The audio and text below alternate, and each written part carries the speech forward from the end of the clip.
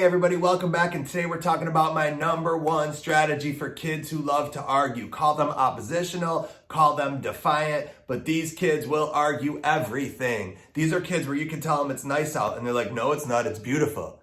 And you're like, right, that's what I said. And they're like, no, you said nice and it's beautiful and they're two totally different things. And you're like, right, well, I know, but they're basically the same thing. And they're like, no, it's not, because nice means this and beautiful means that. These are kids who will get you into a conversation and you will look back and say, where the heck did the last 10 minutes of my life just go? Because these kids are good at taking us in circles. The number one strategy for kids who love to argue is to use questions instead of statements. Think about it like this. For kids who love to argue, statements are their fuel, questions are their kryptonite.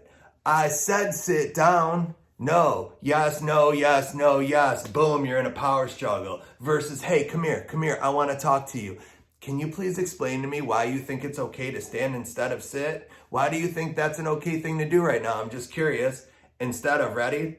We don't talk to adults like that. It becomes, hey, come here, I want to talk to you. Come here, I'm curious. Where in your life have you learned to talk to adults like that?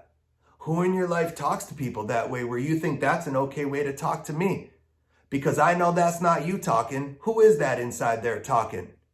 Notice how by using a question, I disarm the student. I take the argument away from them, and that's always the goal. The goal is to take the argument away from the kid. Here's a strategy that I want you to try. It's actually a challenge. Pick one day of your life. I don't care what that day is, and here's what you're going to do. From the minute you wake up in the morning until the minute you go to bed at night.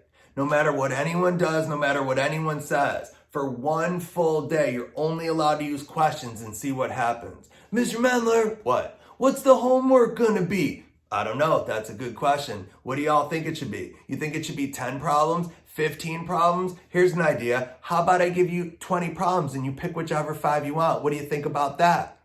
Mr. Mendler, what? What's the consequence going to be if I break that rule? Oh my gosh, that's such a good question, and I'm not sure. What's it going to take to get you to stop calling people names? I mean, you and I both know the first 5 things I've tried this year haven't worked. Do you have any ideas for me?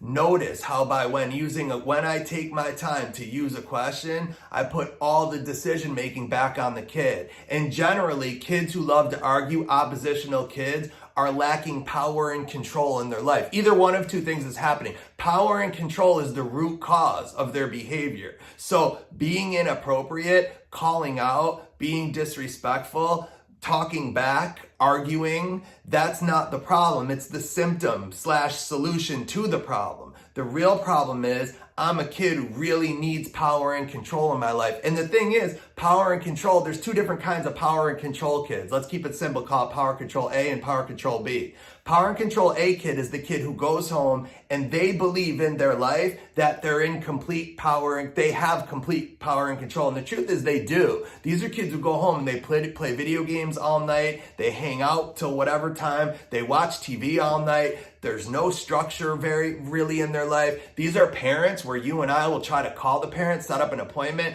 We might get a hold of them, we might not. Sometimes they make an appointment and then they don't show up. So these kids are like, yo, I got complete power and control in my life. And then all of a sudden I come to school and you teacher, you're trying to take that from me. And I don't want to give that up very easily. I'm holding on to this thing tight. I don't have a whole lot in my life. And the little bit that I do have, I want to hold it. And now you're trying to take it away. So notice how by using a question, I put that power and control back on the kid. And then there's the other home life, which is the home life of certain teachers, truthfully, right? This is the home life where, everything is so incredibly structured and organized. The kid feels like they have no power and control. This is the kid where it's like you have football practice from 3 o'clock until 4:45. At 4:45, I will be picking you up for piano lesson. That will go until 5:15. At 5:15, you will get done with there, and then we'll be home by 5:30. At 5:30, you will have dinner. That will last until 5:45. At 5:45, you will do your homework, and when you're done with your homework, you will take a shower. When you're done taking a shower, you read a book, and when you're done reading a book, you can go to bed. These are the kids where literally every single detail